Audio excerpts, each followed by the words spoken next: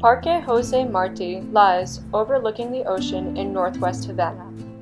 It was designed by the architect Octavio Buijas as a sports complex with a capacity of 3,150 persons. Construction began in 1959 and ended in 1960. It was composed of 26 cantilever sections that span a length of 410 feet and a width of 61.6 feet. The structure stands at about 41 feet at its highest point. Parque Jose Marti was conceptualized during Batista's first presidency in the 40s.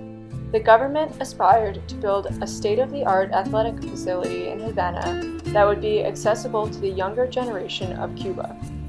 Unfortunately, plans to construct the park were neglected during the next 2 decades due to increasing violence and corruption. With the rise of Fidel Castro in 1959, plans for the park were revitalized. Buijas was contracted to design the grandstands of the stadium and the thin-shelled gymnasium that sits next to it. The elegant forms reflect the hope and optimism that permeated Cuba during this time period.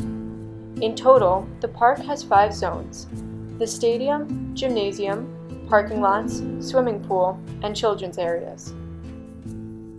Structurally, the stadium in Parque Jose Marti acts as a slender cantilever.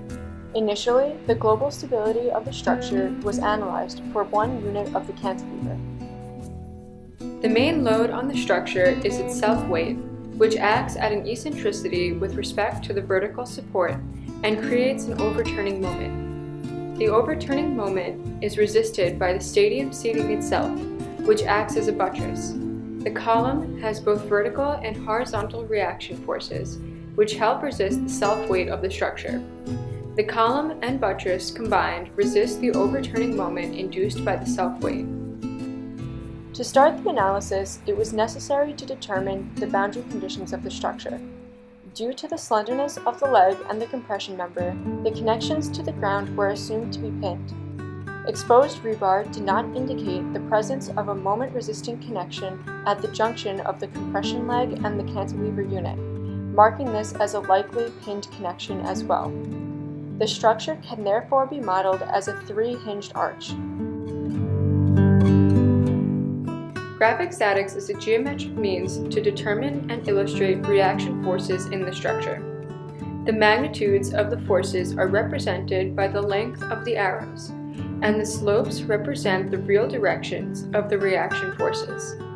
To be in equilibrium, the lines of action have to be concurrent, and the polygon of forces closed, in order to balance the forces. In order to perform a more in-depth analysis of the internal stresses within the structure, a 3-dimensional model was made using Rhino. The volume and weight were calculated using this model.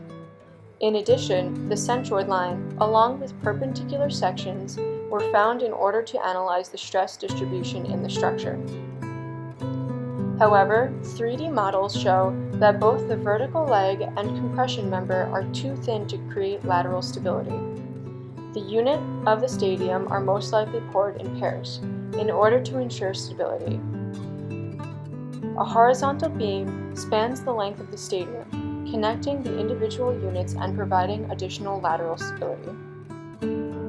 The thin leg of the structure is solid concrete, but a little above midway the cantilever becomes hollow. The front and back surface of these units are doubly curved, and the sides and top of the cantilevers are singly curved. However, imprints indicate that straight wooden framework was used. The ability to make these curves from straight-lined formwork would have minimized material, time, and construction costs. To this day, Parque Jose Marti continues to be heavily used by the residents of Havana.